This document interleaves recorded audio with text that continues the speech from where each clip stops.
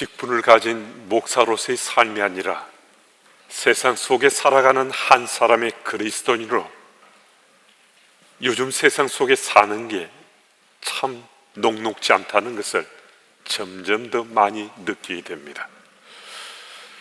저는 여러분들보다 세상 속에 그리스도인이 사는 것이 훨씬 더 쉬운 편이잖아요. 제가 만나는 사람들은 대부분 예수님을 구주로 믿거나 또 예수님을 구주로 믿는 것에 대한 호의적인 사람들을 저는 대체적으로 만나는 편이거든요. 근데 여러분들은 세상 속에서 직장이나 학교나 또 사업을 하면서도 만나는 사람들이 대부분 믿지 않는 사람들이라는 거예요. 이런 가운데 이 만남의 자리에서 소통하고 삶을 나누는 가운데 예수 믿는다는 자기 정체를 드러내며 산다는 것은 이건 정말 힘들고 어려울 수밖에 없다는 거거든요. 그런데 여러분들이 일주일에 한 번 혹은 몇 차례 예배자로 주께 나와서 말씀을 듣게 되고 예배를 드릴 때 저는 우리가 그리스도인으로 세상 속에 바르게 살아야 됩니다 하는 말씀을 자주 강단에서 선포하고 있습니다. 이 말씀을 듣고 세상 속에 나가서 삶을 살아가는데 이게 정말 얼마나 힘들겠나 하는 생각을 더 자주 하게 된다는 거예요. 그래서 제가 이 강단에서 수시로 바른 그리스도인 삶에 대해서 선포하는 것이 목사로서 제대로 사역을 하고 있는 것인가 질문해보며 고민할 때가 있습니다. 제가 그 말씀을 선포하지만 저도 세상 속에 살아간 사람이잖아요. 저도 세상 속에 발디고 살고 있으니까 이 사람 저 사람 세상 속의 사람을 만나기도 하고 또 물품을 구입하기도 하고 어떤 기기는 계약을 맺고 일정 기간 사용하기도 하고 차를 운전하기도 하고 또 식당에 가기도 하고 또 줄을 서서 차를 기다리기도 하는 등등 이 세상 속에 사는 삶은 저도 다 반복해서 살고 있는데 물론 횟수나 삶의 정황은 훨씬 더 적겠지만 말입니다. 그럼에도 제가 세상 속에 부딪히는 이 부딪힘으로 내가 그리스도인이 잘 살고 있나? 라는 이 질문 앞에 제대로 답하지 못한 부끄러움이 제게 있거든요. 저도 훨씬 더 많은 이런 어려움의 상황 속에 처해 살고 있는 여러분들의 경우에 얼마나 힘들고 어렵겠나 하는 생각을 요즘 더 많이 하게 되거든요. 그런데 여러분, 이런 상황은 우리 앞에 분명히 연출되어 있습니다. 그리스도인 세상 속에 내 정체를 드러내며 산다는 것, 힘들다는 것 우리 모두가 잘 알고 있습니다. 그런데 그럼에도 여러분과 저는 그리스도인이라는 거예요. 예수님이 나의 그리스도 믿어지는 삶을 이미 존재 체험한 사람들이거든요. 그러니까 내가 예수님처럼 살 수는 없지만은 예수님의 삶을 본받아 살고자 하고 공생의 사역 가운데 보여주신 그 삶을 따라 살고자 하는 것이 우리 삶의 소망 중에 아주 큰 부분일 수 있다는 겁니다. 그러니까 우리들이 그리스도인의 삶의 열매를 맺고 살고 싶은 것은 어쩌면 우리 가운데 예가 별로 없을 만큼 우리 모두가 다 원하는 원함이라는 겁니다. 그러면 어떻게 세상 속에 살면서 그 원함이 우리 삶의 실제가 되는 그리스도인 삶의 열매를 맺고 살 수 있겠는가? 이 질문을 던져보면요, 참 쉽지 않겠다. 이건 너무 어려운데 생각만 해도 고민이 된다. 이런 느낌이 팍팍 올 수 있잖아요. 그럼에도 오늘 우리는 지금 예배자로 나와 있습니다. 그래서 지금 강단에 선포되는 말씀을 듣기도 하고 오늘도 교회 이곳저곳에 있어서 내가 또 봉사하고 섬기는 장이 있기도 하고요. 또 성도 간의 교제를 나누기도 합니다. 주일날 하나님께서 우리 베풀어 주시는 그 사랑과 은혜를 인풋해서 세상 속에 나와서 아웃풋하며 살고자 하는 소망들을 가지고 지금 예배자의 자리에 함께하고 있다는 겁니다. 하나님 베푸신 은혜가 내 속에 있으면 오늘 예배 가운데 내 마음밭에 부딪혀 오는 하나님의 은혜와 그 사랑 가지고 세상 속에 그렇게 살고 싶어서 그렇게 살아가게 되는 거거든요. 물론 실패하고 쓰러지고 넘어질 수는 있지만은 이렇게 살고자 하는 것을 멈추지 않는다는 거예요. 시도조차 해보지 못할 때도 있지만은 그래도 그렇게 살고 싶은 마음 가지고 우리가 오늘도 이 예배자의 자리에 함께 한 거거든요. 그래서 우리는 하나님 주시는 그 말씀을 가슴에 간직하고 세상 속의 그리스도인으로 삶의 열매 맺고자 하는데, 오늘 본 말씀은 우리에게 그 단계별로 우리에게 어떻게 삶의 열매를 맺어가고 있는지 자기 점검도 하고 그 길을 말씀해 주고 계세요. 먼저 오늘 본문을 잘 이해하기 위해서 간단하게 정리하고 넘어가 보면요, 세상 속의 그리스도인으로 바르게 살기 위해서는 being, 존재의 문제입니다. living, 의식하며 살아가는 이 삶의 문제고요, 그리고 직접 행동하며 열매를 거두는 이 단계를 제대로 밟아 나가자는 거거든요. 14절 말씀을 보면 그리스도의 사랑이 우리를 강권해서 그리스도를 본받아 살길 원하신다라고 말씀하고 있습니다. 이를 위해서 우리는 먼저 being, 이 문제가 해결되어야 된다는 겁니다. 내가 그리스도인 되었다 하는 이 존재 체험, 이게 확실해야 된다는 것입니다. 우리 모두 잘 알고 있는 17절 말씀을 같이 읽겠습니다. 우리 함께요. 그런즉 누구든지 그리스도 안에 있으면 새로운 피조물이라, 이전 것은 지나갔으니 보라 새 것이 되었도다. 아멘.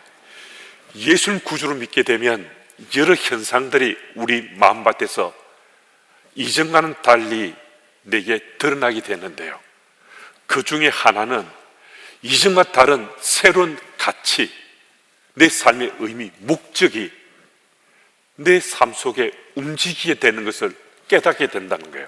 이제는 이런 가치관이 없었어요. 내 삶의 의미나 목적이 이런 스타일은 아니었는데 정말 구체화되어가는 내 삶의 의미와 목적이 나를 계속 두드리는, 나를 반응케 하는 모습이 내게 드러나거든요.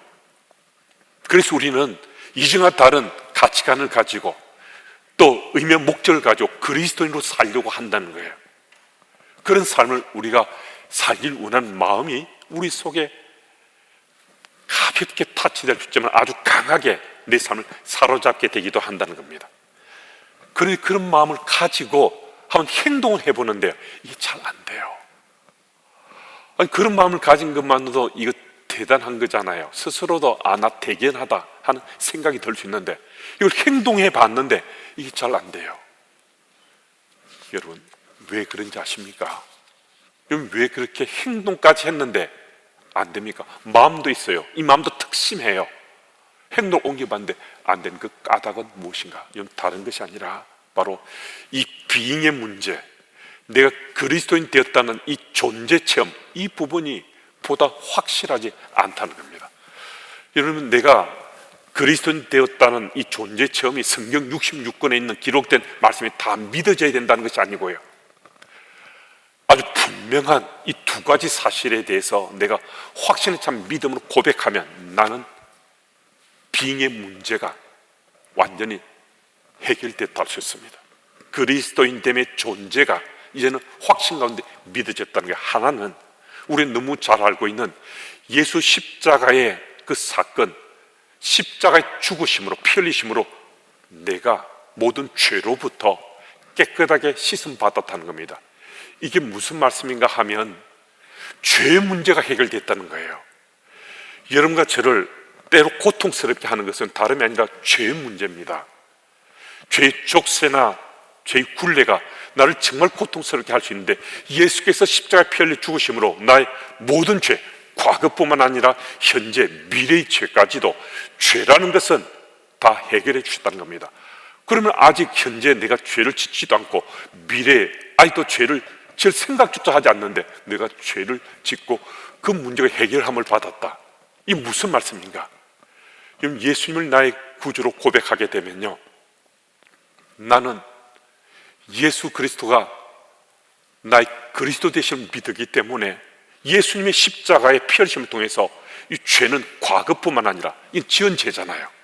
이건 이미 씻음 받게 되고요, 현재는 아직 안 지었을 수도 있잖아요. 그럼 지금 혹시 짓고 있을 수 있는데, 그리고 미래는 아직 그날이 다가오지도 않는데 무슨 죄 문제 해결됐나? 여러분, 우리가 이 죄 문제가 해결됐다는 것은 이전에는 이런 일은 우리 있을 수 없었어요.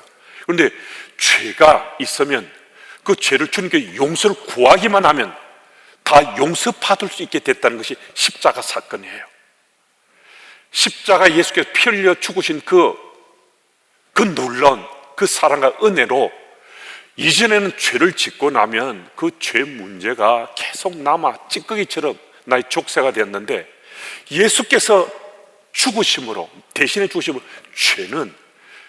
그 죄는 난 또 저지를 수 있지만 죽게 구하면 그 모든 죄가 깨끗하게 씻어지게 되었기 때문에 과거는 이미 해결됐고, 현재도 내가 짓더라도 죄 용서를 구하면, 미래 내가 죄를 또 짓더라도 용서를 구하면 우리는 죄는 깨끗하게 씻음을 받게 되니까 과거, 현재, 미래 죄가 다 해결됐다는 거거든요. 그래서 이 사실이 믿어지는 게 하나고요, 또 하나는 십자가 죽으심을 통해서 죄 문제가 해결됐는데 두려운 것이 남아있잖아요. 죽음의 문제. 죽음 이후의 문제는 아직 해법을 찾지 못했습니다. 죄문 해결됐는데, 그래서 예수께서 죽음을 깨뜨려 부활하심으로 예수 그리스도를 구주로 믿는 사람은 죄 문제뿐만 아니라 죽음 이후의 문제도 해결을 받았다는 거예요.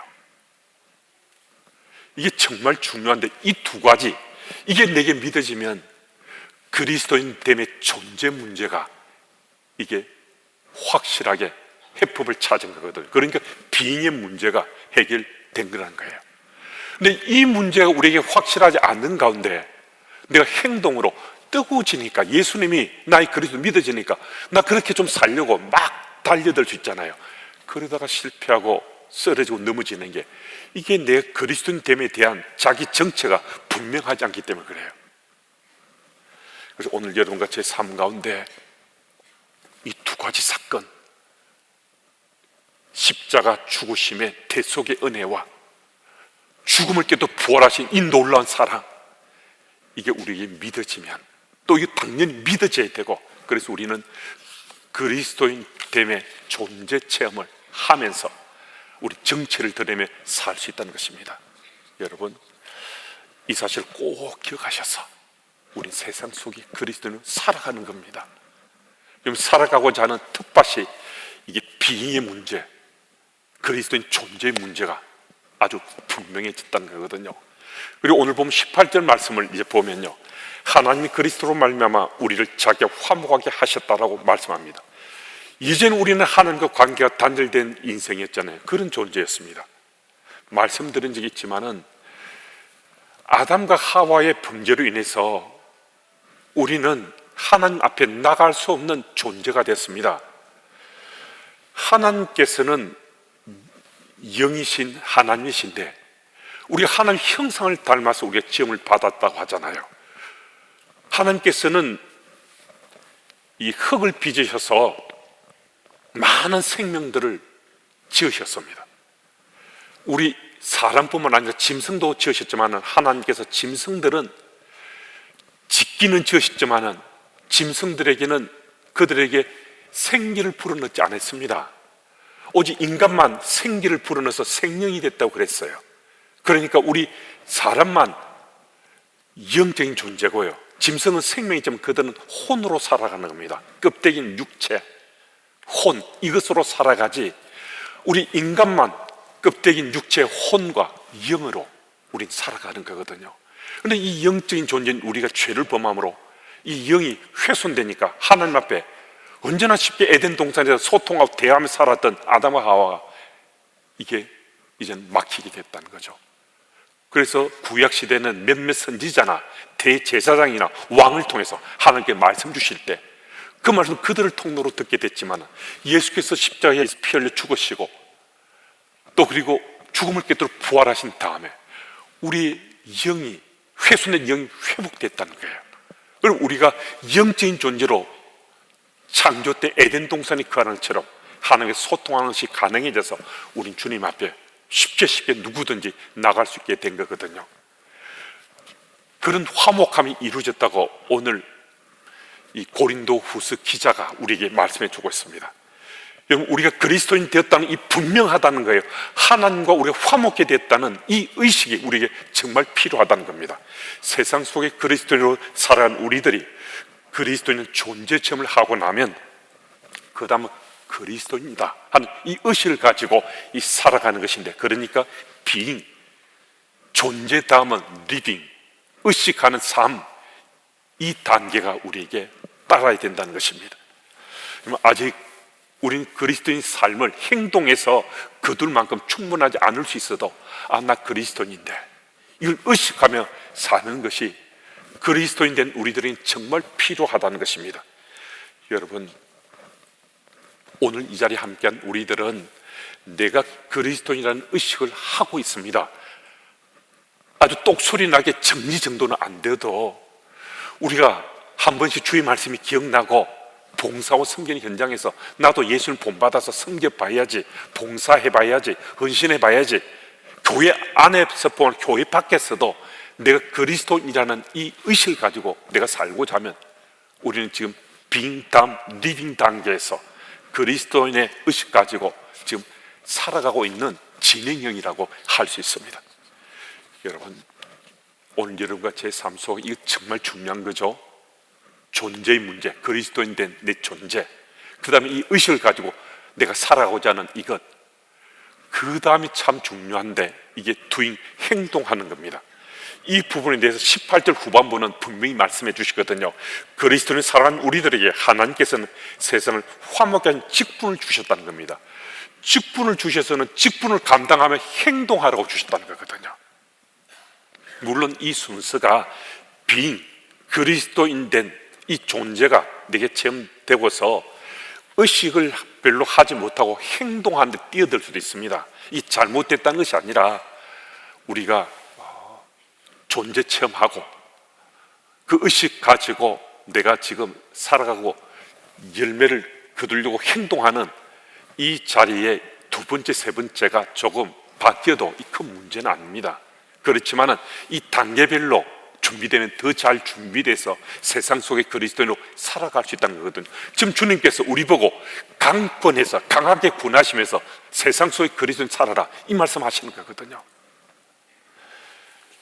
여러분, 하나님께서는 이 예배 자리에 함께한 여러분들에게 이미 내가 그리스도인 되었다는 이 존재 체험을 비행하게 해주셨고, 나 그리스도인이야, 나 그렇게 살아가려고 해 하는 이 의식 가지고 살게 해주셨는데, 지금 우리들에게 doing 하라는 겁니다. 행동하라고 말씀하십니다.